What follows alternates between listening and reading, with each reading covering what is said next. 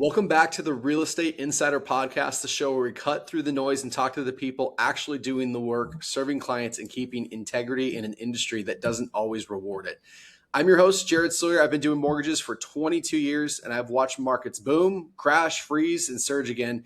And what I've learned is this: the best professionals don't get defined by the market, they define the market themselves. Today's guest is a perfect example of that. Rebecca has built a high production business without chasing leads, without paying for attention, and without turning into a transaction factory, as she would put it. Her message is very counterculture, and it's exactly what the industry needs in this day and time. If it ever becomes about money, she says she's out. She's data-driven, fiercely client first, and she's got that rare combination of humility and absolute confidence in her craft. She does it without whining, and doesn't whine about the market, and doesn't storm in like a buffalo and try to figure it out.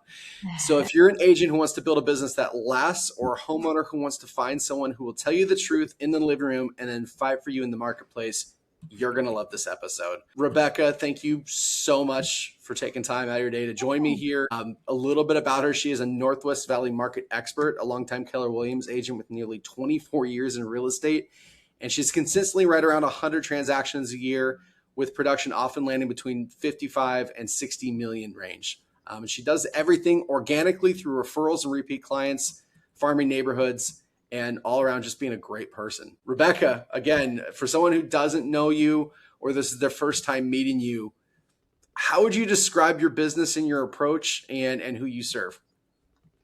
Well, I think the first thing I'd say is I serve anybody who needs to be served.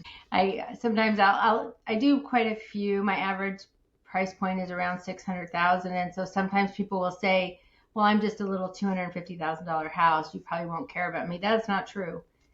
Whatever the home is, whatever is most meaningful to that client is most meaningful to me.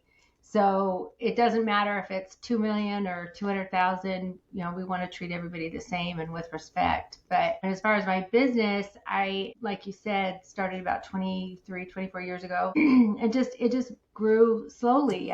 I started it because we were trying to find a way to earn extra income, but I needed flexibility. I had younger kids and, excuse me, I have a daughter with Down syndrome. And so we knew that our trajectory would change in what our plans would be when it came to retirement or just my flexibility. And so when she went to preschool, that's when I got my license. And so I figured 5 deals a year, I'll do that. And that will, pay for Little League and some of those extras. And the very first deal I did, which I think is really important for a new agent to understand, you got to be ready for that first deal and you got to be looking for it. But I'd had my license maybe 2 weeks, and my husband was out front doing yard work, and the neighbor was out front.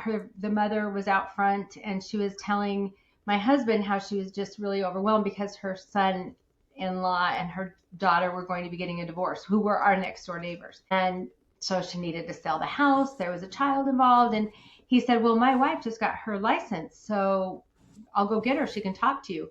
And he came in and said, "Go out there right now. You got to go because somebody needs to sell their house." And I said to him, "What are you doing?" "No, I can't go out there. I don't know anything." I mean, I don't think a lot of times the agents know where to look for the first deal, or that when it comes, what do you do?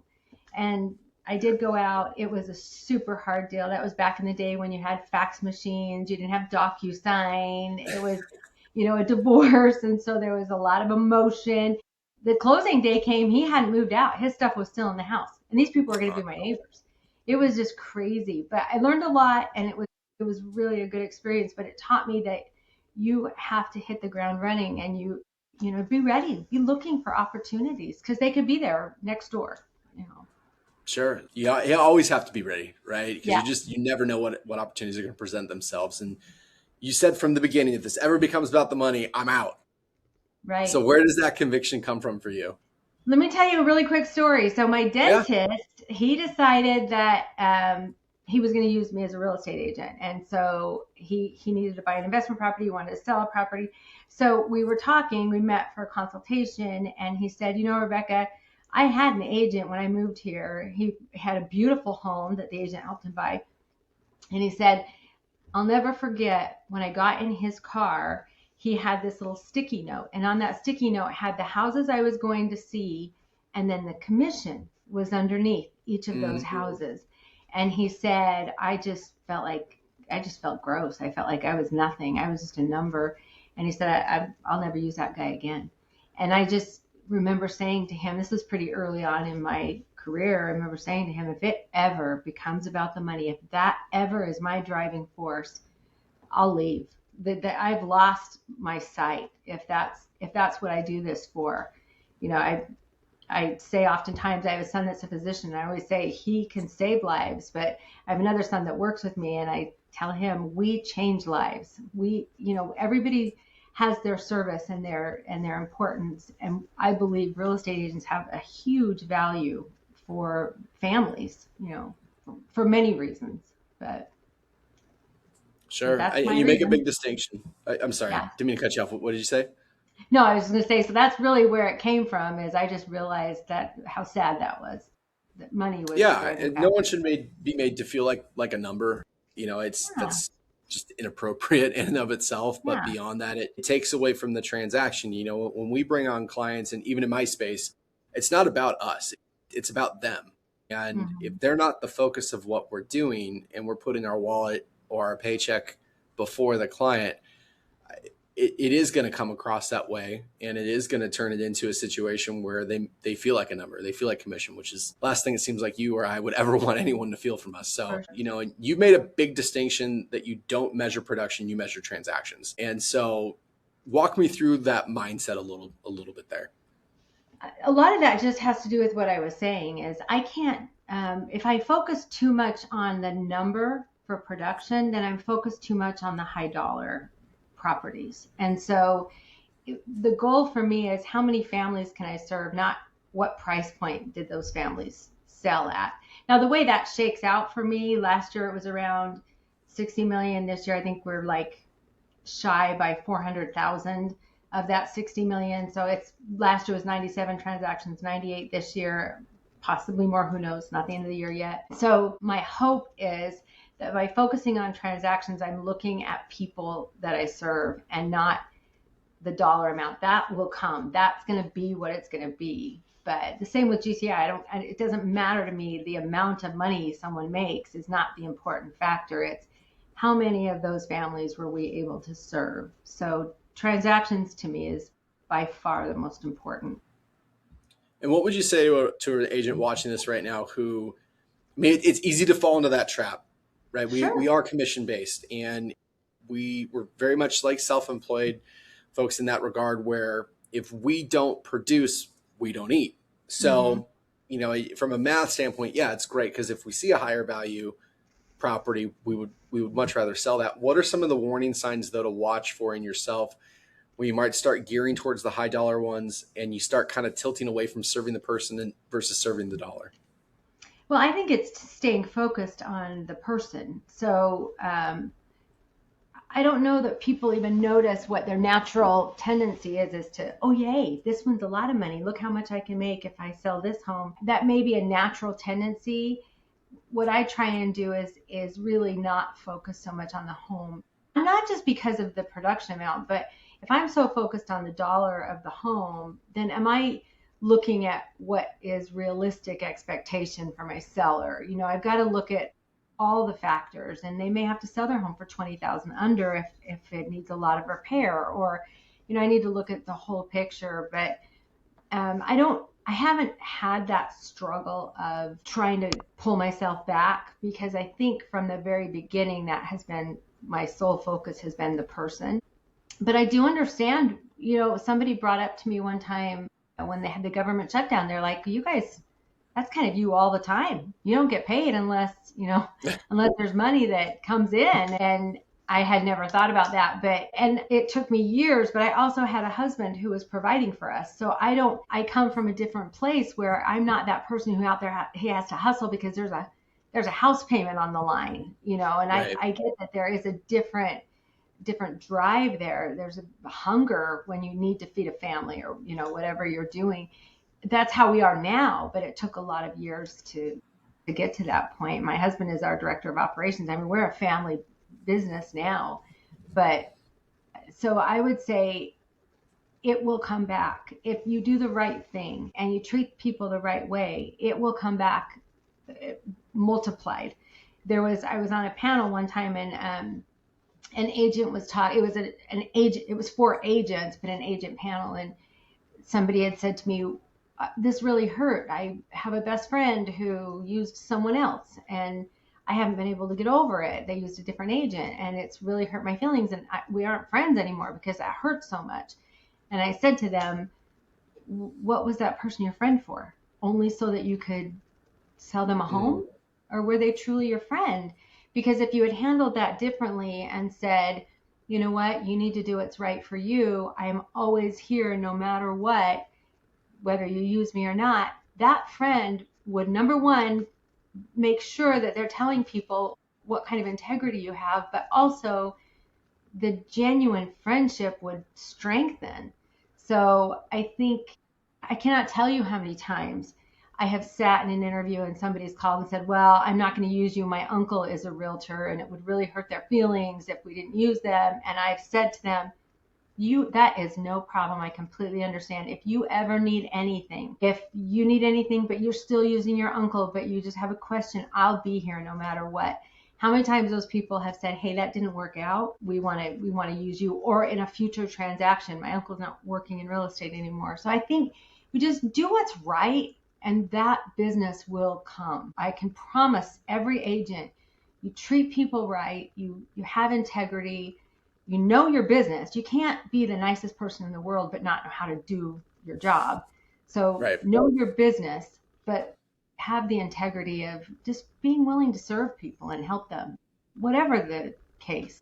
And I think, I remember from talking to you before, I think integrity is a really strong word for you in particular, just because of what you described. And it's a quote from our last conversation. In this room, we're going to talk through truth, and then I'm going to go out there and fight for you. To me, that's a brand, and that's how you build trust really quickly with a new client. Sure. Where does that come from? I mean, everyone's kind of got a little bit different story, but to say something like that and be that real with people, it is a little risky, and it's probably a place that not a lot of agents really want to go to because it could go either way. So I applaud that. But for people watching this, where does that come from for you? Well, I think some of it comes from having been a seller myself. And when my husband and I were selling a home at one point, I didn't know how it worked. I didn't know what you did. And we had a loss. This was a long time ago. And we were really needed to sell. And it was a difficult market. And we went to the agent on a Saturday. And back then you had to go into the office to change the MLS. So we went to him on a Saturday and we're like, what's it going to take? What's it going to take to sell our home? Because we got to sell. We had a job offer in a different state. And he said, we're probably going to have to lower it by $20,000. It had been on the market 6 months. And we were at his office. And I was like, okay. But I didn't know that if you look, because 20,000 was going to be 20,000 negative. We were already at even. And I didn't know that you can't just put that on a credit card. I didn't know how that works. I didn't know you had to come to the closing table with $20,000. I had no idea. And our agent probably assumed we knew that. And so he didn't say anything. So we went back home and we were kind of bickering. We were like, this is just so frustrating. I just want to walk away. We just didn't know what to do. We went back to our home and somebody had walked our home and while we were gone, we didn't even know about it. Nobody had told us that somebody was going to be walking our home. Walked in and there was a phone call from the agent saying, hey, somebody just offered full price on your home. Oh, thank God. Exactly. I mean, I have seen miracles happen in real estate. Timing is everything. Had he gone on Monday and lowered that price, we would have been devastated financially.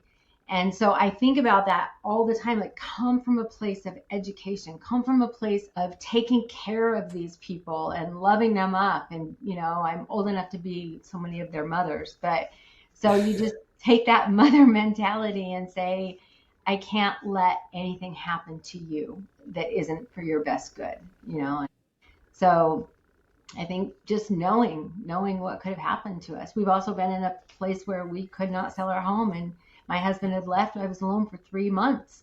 Without him, he was working in Arizona. I was in Wisconsin, and we had three little children, and my daughter had therapy 3 days a week. And it was just very, Man. very difficult. So I think that empathy from having gone through this current market we're in, oh, I've been there, and it is not easy. So I think it's just coming from a place of really wanting to make a difference for each individual family, you know. And to piggyback off of that, you talk about this current market and some of the emotions. How do you handle a client if they're just really dead set on selling their home at like a specific number and they're emotionally attached to it? How do you kind of get beneath the surface, if you will, beyond kind of the smokescreen of maybe the pride in the number to really understand the reason behind that? Yeah. So what I do at a listing consultation is I do a high, medium, and low. And I tell them, if you have a path to appraisal, I will do my best to get you the high. But I can't, and I don't blame it on me or the market. I don't blame it. I say the bank has an investment to make, and the appraisal, there's nothing any of us can do about that. This home has to appraise. And if it doesn't appraise, we have a new hurdle that we have to deal with.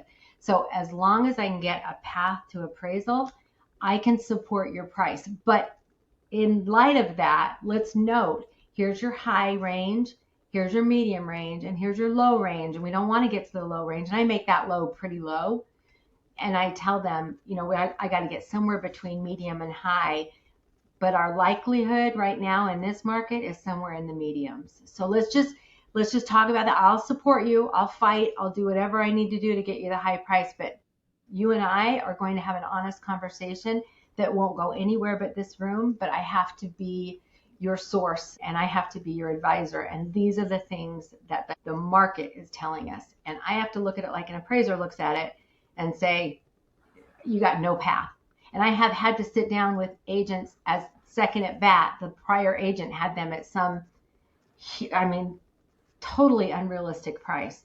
And I had to be the one to come in and say, I have no idea where that price came from.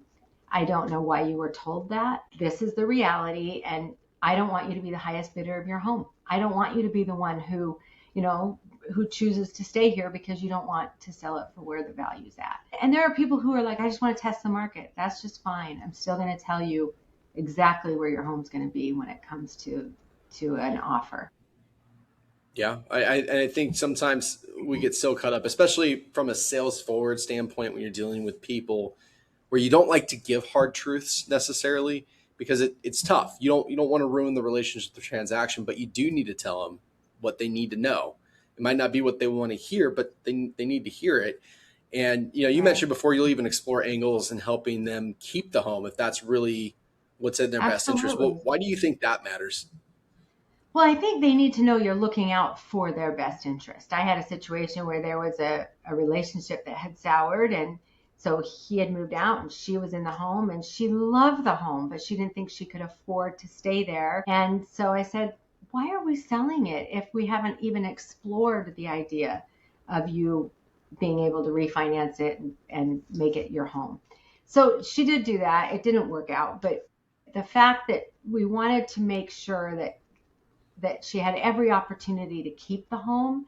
I mean, we look at, can you rent it for what your lease amount is? We look at all the options because we don't, at the end of the day, I want the outcome that is best for that client. And if that is to keep the home for a year and rent it, but then sell it for what they need to, if somebody bought a home, at least in Arizona in 2022, the likelihood of them having enough equity to sell, put aside whatever they put down, but added equity for them to sell the home for any added value is very difficult.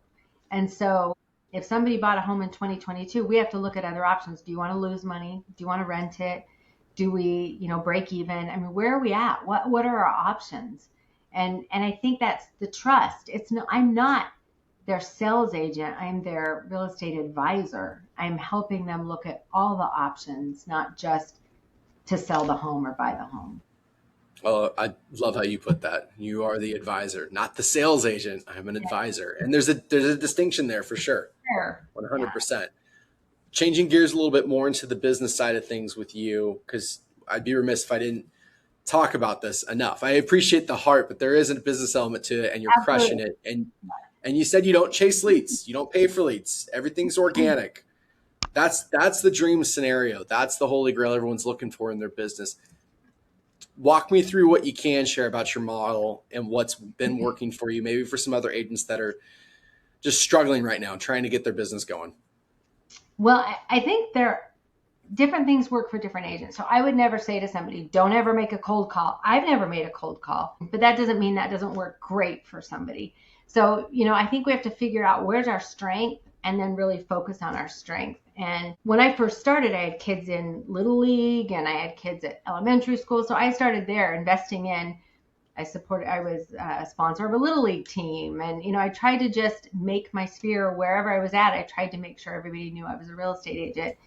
I think some people are nervous or embarrassed about that. I think that we have one of the greatest careers in the world, and we do such a huge a service to people. I was meeting with a high dollar client one time, and my assistant at the time said, how are you not nervous about meeting with them? Because he was the CEO of a company. And I said, listen, I'm not going to be able to stand toe to toe with him about his company. I don't know anything about that business. But he's not going to be able to stand toe to toe with me about real estate. So I'll stay in my lane. I know exactly what I'm doing here. And that is what builds. The more you serve people, the more they bring your name out. Now, I will say I don't pay for leads. Like I don't do the Zillows and I don't even know what all the lead systems are, but I do have a farm. So I pay for that, the geographical farming. And that has been very productive. It is my own neighborhood because the reason I wanted my neighborhood is I wanted to oftentimes say, don't we live in the most amazing neighborhood? I want my neighbors and friends to know that I am all for living here and I believe in the value. So I do pay for that. And that never changes. That format, I don't put in recipes because I don't cook. I don't do things that don't really speak to who I am. It's very much straight on business. It's not all the fluff, but so that works for me. I really believe that opening your mouth, taking opportunities to tell people, throw yourself into your community. I think one of the best places is your elementary, your middle school, your high school. Those are places where people care about their community. And so I've got banners at the basketball stadiums and the football fields. Those are places that are going to bring just middle America. They're going to come, they're going to support their kids. And so I do pay for marketing, but I don't pay for ads. I don't knock on doors. I don't cold call. I probably wouldn't have done real estate if I knew that was a thing. So I think there's just different ways. I know people who are so good at calling expired or, canceled listings. I've never done that. But I know people who make a great business doing that. So I would never tell anybody to do what I do, but for me, it has been year over year. I just am able to build the business organically. So I mean, and that's a beautiful thing. What percentage would you say that your business are repeat clients versus maybe referrals and agent referrals? I would say repeat business, I would throw in with my database and say referrals and repeat. That's probably a good 80%. 15% is probably from my farm and 5% is from outside agents from other states. But I do get a really good amount from my database. They take care of me. I take care of them. They take care of me. We're all a happy family. But sounds like a good ecosystem you got. I have going on there. Clients. Yeah, they are great. You gave some great advice, and it really resonated with me last time we talked. The advice was get up, get dressed like you have an appointment, even if you don't. Yeah. Go through why that's such a big deal and what that does for somebody's mindset in the worlds that we live in here. Well, I didn't really think about that until COVID hit, but because I've done that my whole career. I get up in the morning, I get dressed. For me, that includes makeup and jewelry and all kinds of stuff. I mean, I get totally ready in the morning. And we get up at 5:45 with our daughter, so I'm always up early anyway. But when COVID happened and people just weren't getting up and getting ready, or they were in their sweats, and I get it, that was a really hard time. But I think a lot of people got out of the mode of let's get going. There are studies proven that if you get up and you make your bed, then you have started your day and it's on the right track. And Yeah. so, and we're make bed people anyway, but I really do believe that if you don't get up and you don't get ready, then you get a phone call. The transition time is too hard for you to say, yeah, I'll be there in an hour. Then you got to go get ready. And then I think our mindset is so important. So if somebody called me, I hang up with you, and somebody calls me and says, hey, I want to go to a new build at 2 o'clock. Can you do that? If I don't have another appointment, absolutely, I can go do that.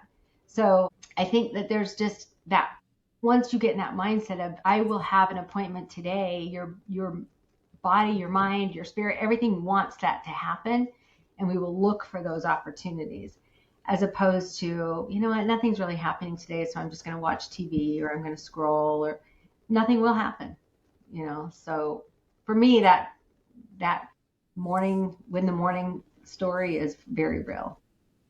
I think it's so powerful. And I think for those watching, you need to go back and replay the last 2.5 minutes of what she's just said, because there's so much power in that. And yeah, we all went through it with COVID. You know, Mm-hmm. it's really easy to stay in that mindset, especially when you can work remotely. But when that phone rings or that email comes in and it's time to act, are you ready for it, or are you going to fall behind? You know, and Right.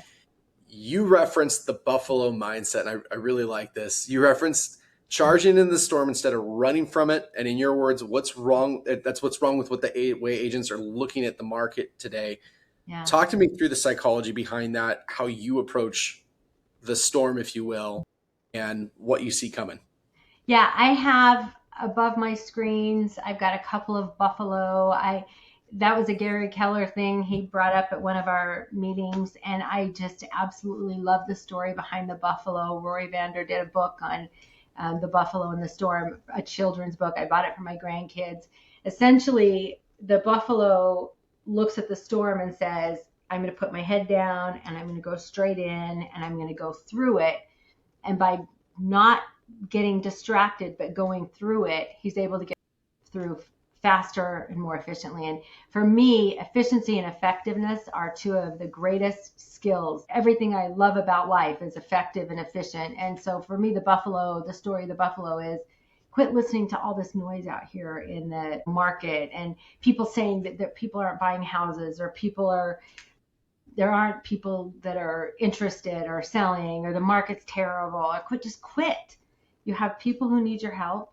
There are always all the D's. We know the D's of real estate with divorce, diamonds, diplomas, downsizing, debt. I mean, I've got so many of them. I think I've got like 12 D's. All the They're D's. all kinds of D's, but they're happening all the time. It is absolutely untrue to say that there's really not much happening in real estate. There are always deals happening. And if you look around you, there's still homes closing and you just need to make them yours, you know? So quit getting so distracted. I think sometimes we really like the fire because it keeps us from doing the thing that we need to do. So we tell ourselves, oh, I got to put this fire out. I got to put this fire out. When really you can go forward and you can capture that moment, that day and make it yours. So I love that story, the buffalo. Yeah, I love that too. And I think it's a fantastic analogy. You said something that I really took to heart, because I think a lot of times a husband and wife combination really gets involved in running a business like what you're talking about. You and your husband look at finances, and if I misquoted you, I apologize. But if everything ended tomorrow, what are we looking at? Yeah. Talk about that, because I think that's really critical for people that are in this business for a long time and even just starting out. Honestly, Jared, I spoke to a lender probably about a year ago, and he was telling me, he said, I don't know him. I couldn't even tell you who his name was, but he had called me kind of cold call, and he was telling me how hard the market was. And he was like, I made $1 million a couple of years ago, and I only made 200,000 last year, and I don't know what I'm going to do. I mean, I don't know how I'm going to live off that. And my first thought was, if you can't live off $200,000, then maybe there's a different problem here. And so Maybe. that's my feeling is we have to look how you live, live within your means, budget. As a realtor, I have investment properties. I believe in what we do with real estate, and therefore I invest. But so my husband and I are always, we have a daughter that is going to forever be dependent on us. So we don't have the luxury of just saying, oh, well, we'll just retire. We have a responsibility. And so we're always looking at what if nothing came in from now on, where would we be? And so we look at our rental properties, we pay things off, we don't have, debt. We just do our best to make sure that we're living well within our means and that we're safe and comfortable. And I completely respect and understand that is not where everybody's at in their lives. And I know that I've been there. I remember I lived in California, and I remember driving through a neighborhood, and it was not a super fancy neighborhood, but it was new and it was nice. And I remember looking up at these people who were on the steps, and they were talking. And I remember driving through there with my little kids thinking, will I ever have a house like this? Will I ever have a neighborhood that I can live in? Because at that point, that seemed so far away. It comes. It doesn't come tomorrow. It doesn't come overnight. It takes work, takes effort, takes being smart about your decisions and being a wise steward of your finances. But it comes. And so, I think we all could step outside our front door and somebody could be driving by and say, will I ever have what they have? There's always somebody who has more. There's always somebody who has less. We just need to take what we have and do the best with it, and then grow it the best we can, and be responsible with it. Beautifully put. And how has that mindset protected you? Because there's a real emotional roller coaster from working on a variable income. Yeah. Yeah. My father was in sales, and I remember saying, I never want to live in a world of sales.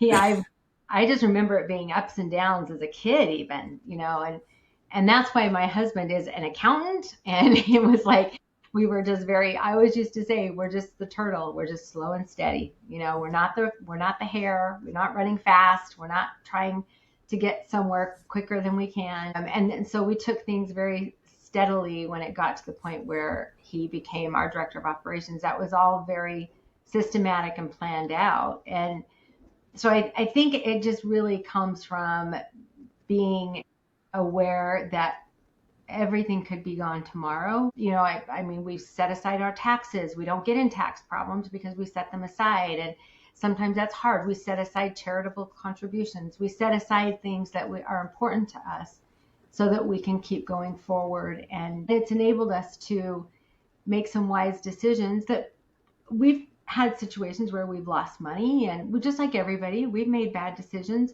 But the hope is that we minimize those, and we try and work hard and look for opportunities. And if everything went away tomorrow in real estate, I'd still go get a job somewhere. I'm not going to just give up. But right.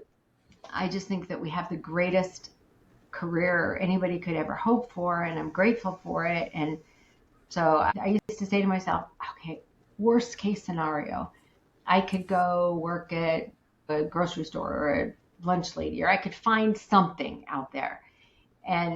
But I could work there for 4 months and not get paid sometimes what you get paid in one transaction. So if you can remember that you're paid well if you work hard and you do well by your clients, and you're not paid anything if you don't, so it takes a lot of effort, but it's worth it. For sure. So if you could talk to yourself 24 years ago, before this all started getting going for you, and act like kind of you're a brand new agent, what piece of advice would you tell your younger self? Stop doing this and start doing this immediately. I think the first thing I would tell myself is that everything's going to be okay. That you just got to keep trudging along, that it's not going to be perfect, but it will be okay. And then I think I would, in my particular case, I probably should have been on a team. I was a solo agent, had no real guidance. That I had a couple of mentors for one deal, but I didn't know what I didn't know. I would have probably found my team, because even if you're a solo agent, a lender, a title company, an inspector, those are your team. Those are your people. So even if you don't think you have a team, you have a team.